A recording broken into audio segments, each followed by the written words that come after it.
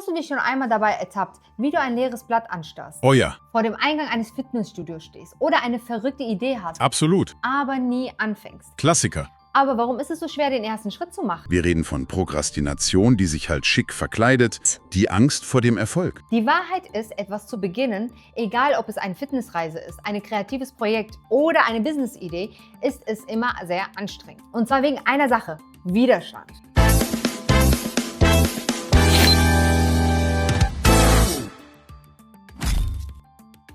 Erfolg bedeutet Veränderung. Erfolg bedeutet Sichtbarkeit. Und plötzlich werden Erwartungen an dich gestellt. Von anderen, aber vor allem von dir selbst. Widerstand ist vor Angst vor dem Scheitern, Angst vor Bewertung und manchmal sogar Angst vor Erfolg. Es ist Prokrastination, kein Perfektionismus. Es ist, sich im Recherchieren zu verlieren, sich endlos inspirieren zu lassen, statt wirklich ins Handeln zu kommen. Und gleich erkläre ich dir, warum. Der schwierigste Teil ist immer der Anfang. Es ist immer wieder das Aufstehen an einem eiskalten Morgen.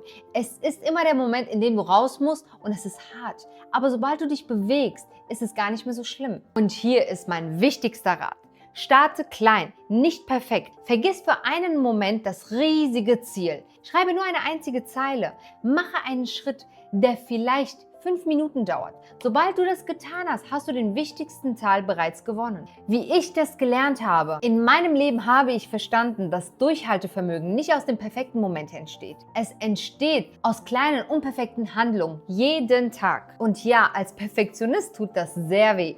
Aber unperfekte Handlungen sind nicht die einzigen, aus denen du wirklich lernen kannst. Und Lernen ist entscheidend, um besser zu werden und langfristig zu wachsen. Du startest also nicht nur irgendetwas, du baust Disziplin, Selbstvertrauen und innere Stärke.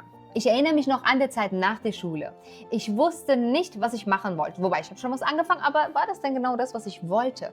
Und gleichzeitig wusste ich irgendwie etwas anderes. Also es war was anderes. Alle um mich herum schienen einen klaren Plan zu haben. Ich nicht. Also habe ich studiert und nebenbei viele kleine Jobs gehabt, weil mir das irgendwie auch Spaß gemacht hat. Aber ich bin nie wirklich all in gegangen, denn konnte dementsprechend auch meine Uni nicht abschließen. Aber nach all dem habe ich mich gefragt: Was würdest du erreichen, wenn du nur ein einziges Mal in deinem Leben alles auf eine Karte setzt? Und mir wurde klar: Ich konnte so viel mehr erreichen, vielleicht sogar mein Traumleben leben. Und dort begann genau meine Karriere. Ich bin zwar noch auf dem Weg, allerdings bin ich sehr glücklich. So, ich bin jetzt komplett ins Videomachen eingestiegen, aber natürlich habe ich noch nebenbei meine anderen Jobs. Aber dieses Podcast ist deswegen auch entstanden. Also ich versuche, eine Marke aufzubauen und habe gelernt, was ich konnte. Ich bin in den Social-Media-Leben erst vor 4 Jahren reingestiegen und habe versucht, immer wieder Videos zu erstellen. Natürlich waren die am Anfang nicht perfekt, aber Stück für Stück baut sich das ja alles auf. So, und nachdem ich aufgehört habe, alles zu überdenken, habe ich angefangen, alles auch richtig hochzuladen, ohne ein schlechtes Gefühl zu haben. Natürlich ist nichts perfekt, aber so entwickelt sich das ja auch. Und genau das war auch mein Wendepunkt.